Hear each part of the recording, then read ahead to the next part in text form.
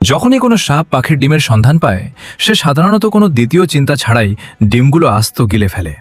কিন্তু এই বিশেষ পাখিটির ডিমের সামনে সে সম্পূর্ণ অসহায়। পেন্ডোলিনো পাখিটি গাছের ডাল থেকে ঝুলন্ত অবস্থায় তার বাসা তৈরি করে, যার ফলে কোনো শিকারী সে যতই নাছোড়বান্দা হোক না কেন কোনোভাবেই সেই বাসায় পৌঁছাতে পারে না। তবুও যদি কোনো সাপ কোনোভাবে সেই বাসায় প্রবেশ করতে সক্ষম হয়, তবুও সে ভেতরে কোনো ডিম খুঁজে পায় না, কারণ বাসাটি তখন সম্পূর্ণ খালি বলে মনে হয়। তবে এই শূন্যতা আসলে নিছকই একটি বিভ্রম, যা বিশেষভাবে সাপকে ধোঁকা দেওয়ার উদ্দেশ্যেই তৈরি, কারণ ডিমগুলো প্রকৃতপক্ষে বাসার ভেতরেই থাকে, যদিও শিকারীর চোখে তা অদৃশ্য।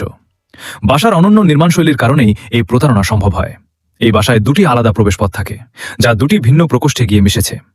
একটি প্রকোষ্ঠ পাখিটি তৈরি করে মূলত সাপকে বোকা বানানোর উদ্দেশ্যে। এটি সর্বদা খালি পড়ে থাকে এবং এর প্রবেশপথটি সবসময় খোলা রাখা হয়। এর বিপরীতে দ্বিতীয় প্রকোষ্ঠটির প্রবেশপথ থাকে অত্যন্ত গোপন। এই গোপন আস্তানার ভেতরেই পাখিটির ছানারা নিরাপদে ও সুরক্ষিত অবস্থায় থাকে, কারণ বাসার ভেতরে লুকিয়ে থাকা এই গোপন প্রকোষ্ঠটি সম্পর্কে সাপ সম্পূর্ণ অজ্ঞ থেকে যায়। এই ভিডিওটি ভালো লাগলে লাইক এবং সাবস্ক্রাইব করবেন।